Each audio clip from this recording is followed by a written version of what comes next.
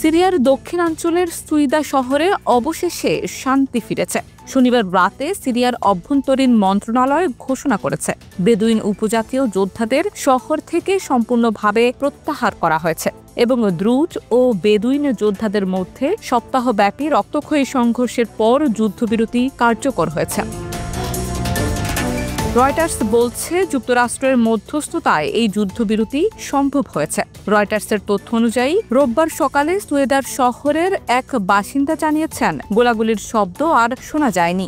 দ্রুজের একটি সূত্র জানিয়েছে, শহরের বেশিরভাগ এলাকায় শান্তি বিরাজ করছে। তবে স্থানীয় এক দন্ত চিকিৎসক এই পরিস্থিতিকে উত্তেজনাপূর্ণ শান্তি হিসেবে বর্ণনা করেছেন। তিনি উল্লেখ করেন, শহরে পানি ও বিদ্যুৎ সরবরাহের ঘাটতি রয়েছে এবং হাসপাতালগুলো বিপর্যস্ত।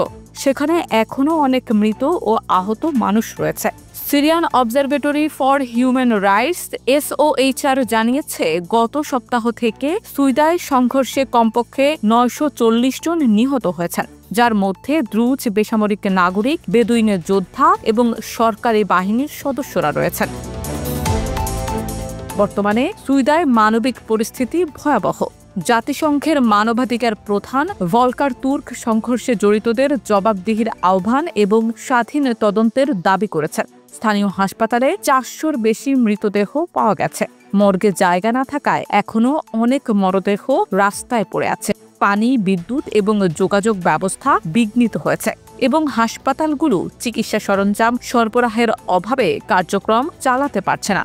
International committee for the red cross ICRC জানিয়েছে, সরঞ্জাম সরবরাহের অভাবে মৃতদেহ সংরক্ষণ করা যাচ্ছে না। একই সঙ্গে পরিবারগুলো তাদের প্রিয়জনদের সম্মানের সঙ্গে দাফন করতে পারছে না।